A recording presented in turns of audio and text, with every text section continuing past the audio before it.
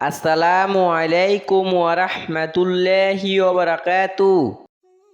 হযরত আদম আলাইহিস সালামের সৃষ্টির কাহিনী। আল্লাহ একদল ফেরেশতাদের ডেকে বললেন, আমি পৃথিবীতে খলিফা অর্থাৎ প্রতিনিধি সৃষ্টি করতে চাই। বলো, এই বিষয়ে তোমাদের বক্তব্য কি?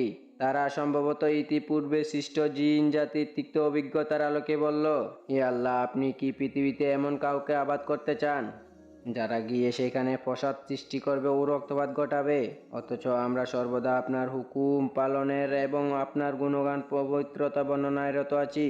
এখানে ফেরেশতাদের উক্ত বক্তব্যের আপত্তির জন্য ছিল না, বরং জানার ছিল। আল্লাহ বললেন, আমি যা জানি তোমরা তা জানো না। আল্লাহ চান এই পৃথিবীতে এমন একটা সৃষ্টির আবাদ করতে যারা হবে জ্ঞান ও ইচ্ছাশক্তি সম্পূর্ণ এবং নিজস্ব বিচার বুদ্ধি ও চিন্তা গবেষণায় সহকারে স্বেচ্ছায় সঙ্গে আনে আল্লাহর বিধানসমূহের আনুগত্য করবে ও তার ইবাদত করবে। ফেরেশতাদের মত কেবল হুকুম তামিলকারী জাতি নয়, শয়তানের সৃষ্টি ছিল মানুষের জন্য পরীক্ষা স্বরূপ। হযরত আদম আলাইহিস সালাম বিশ্ব ইতিহাসে প্রথম মানুষ ও প্রথম নবী হিসাবে আল্লাহ পাক আদম আলাইহিস সালামকে নিজ দুহাতে দ্বারা সরাসরি সৃষ্টি করেন। মাটির সকল উপাদানের সার নির্যাস একত্রিত করে আঠালো ও পোড়ামাটির ন্যায় শুষ্ক মাটির তৈরি সুন্দরতম অবয়ে রূহ ফুঁকে দিয়ে আল্লাহ তাআলা হযরত আদম আলাইহিস সালামকে সৃষ্টি করেন। অতঃপর আদমের পাঁজর থেকে তার স্ত্রী হাওয়াকে সৃষ্টি করেন। এই কারণেই স্ত্রী জাতি স্বভাবগতভাবে পুরুষ জাতির অনুগামী ও পরস্পরের প্রতি আকৃষ্ট। অতঃপর স্বামী স্ত্রীর মাধ্যমে যুগ যুগ ধরে একই নিয়মে মানব বংশের বৃদ্ধির দ্বারা অব্যাহত রয়েছে। কোরআনের বর্ণনা অনুযায়ী প্রথম দিন থেকে মানুষ পূর্ণ চেতনা ও জ্ঞান সম্পূর্ণ সভা মানুষ হিসেবে যাত্রা আরম্ভ করছে এবং আজও সেইভাবেই তার অব্যাহত রয়েছে। অতএব গুহা মানব, বন্য মানব, আদিম মানব ইত্যাদি বলে অসভ্য যুগ থেকে সভ্য যুগে মানুষের উত্তরণ ঘটেছে বলে কিছু কিছু ঐতিহাসিক হিসেবে কথা শুনিয়ে থাকেন। তা অলীক কল্পনা ব্যতীত কিছু নয়। সূচনা থেকে এই যাবৎ এই দীর্ঘ পথ পরিক্রমায় মানুষ কখনো মানুষ ব্যতীত অন্য কিছু ছিল না। প্রথম মানুষ আদি পিতা আদম আলাইহিস সালামকে আল্লাহ সর্ব বিষয়ে জ্ঞান ও যোগ্যতা দান করেন এবং বিশ্বের আল্লাহর খেলাফত পরিচালনার মর্যাদায় অভিষিক্ত করেন। সাথে সাথে সকল সৃষ্ট বস্তুকে করে দেন মানুষের অনুগত ও সবকিছুর উপরে দেন মানুষের শ্রেষ্ঠত্ব। আর সেই কারণে জিন ফেরেশতা সবাইকে মানুষের মর্যাদার প্রতি সম্মান প্রদর্শনের জন্য আদমকে সিজদা করার আদেশ দেন। সবাই সে নির্দেশ মেনে নিয়েছিল, কিন্তু ইবলিস অহংকার বশে সে নির্দেশ অমান্য করায় চিরকাল মতো অভিশপ্ত হয়ে যায়। অথচ সে ছিল বড় আলেম ও ইবাদত গুজার। সেই কারণে জিন জাতির হওয়া সত্ত্বেও সে ফেরেশতাদের সঙ্গে বসবাস করার অনুমতি পেয়েছিল। কিন্তু আদমের উচ্চ মর্যাদা দেখে সে ঈর্ষাকাতর হয়ে পড়েন। ফলে অহংকার বশে আদমকে সেজদা না করায় এবং আল্লাহর ভীতি না থাকায় সে আল্লাহর গজবে পতিত হয়।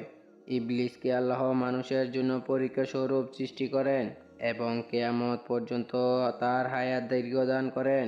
মানুষকে আল্লাহর পথ থেকে বিচ্যুত করার জন্য ও তাকে ধোঁকা দেওয়ার শয়তানের একমাত্র কাজ। সে মানুষকে বলে কুফরি কর, কিন্তু যখন সে কুফরি করে তখন শয়তান বলে, আমি তোমার থেকে মুক্তি, আমি বিশ্বপ্রভু আল্লাহকে ভয় করি।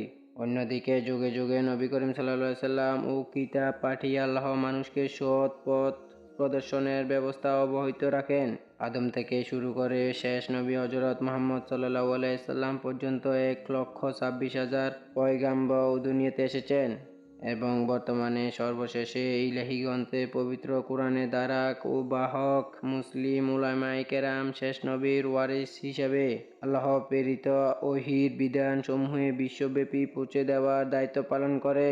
পৃথিবীর চূড়ান্ত ধ্বংস তথা কিয়ামতের অবহিত কাল পূর্ব পর্যন্ত এই নিয়ম জারি থাকবে। শেষ নবীর ভবিষ্যদ্বাণী অনুযায়ী পৃথিবীর এমন কোনো বস্তি ও ঝুপড়ি ঘরও থাকবে না যেখানে আল্লাহ ইসলামের বাণী পৌঁছে দেবেন না। এত সত্ত্বেও অবশেষে পৃথিবীতে যখন আল্লাহ বলার মতো কোনো লোক থাকবে না, অর্থাৎ প্রকৃত তাওহীদের অনুসারী কোনো মুমিন বাকি থাকবে না, তখন আল্লাহর হুকুমে প্রলয় ঘনিয়ে আসবে এবং কিয়ামত সংঘটিত হবে। মানুষের দেহগুলি সব মৃত্যুর পরে মাটিতে মিশে যাবে কিন্তু রূহগুলি স্ব ভালো ও মন্দ আমল অনুযায়ী ইল্লিন অথবা সিজজিনে অবস্থান করবে, যা কিয়ামতের পরে আল্লাহ হুকুমে সহ দেহ পূর্ণ প্রবেশ করবে এবং চূড়ান্ত নিকাশের জন্য সকল মানুষের সশরীর সৃষ্টিকর্তা আল্লাহর দরবারে নিতে হবে। মানুষের ঠিকানা হলো তিনটি: দারুদ দুনিয়া, অর্থাৎ যেখানে আমরা এখন বসবাস করছি। নাম্বার 2, দারুল বারজাক, অর্থাৎ মৃত্যুর পরে কবরের জগৎ। নাম্বার 3, দারুল কারার, অর্থাৎ কিয়ামতের দিন শেষ বিচারের শেষে জান্নাত বা জাহান্নামের চিরস্থায়ী ঠিকানা। অতএব পৃথিবী হলো মানুষের জন্য সাময়িক পরীক্ষাগার মাত্র।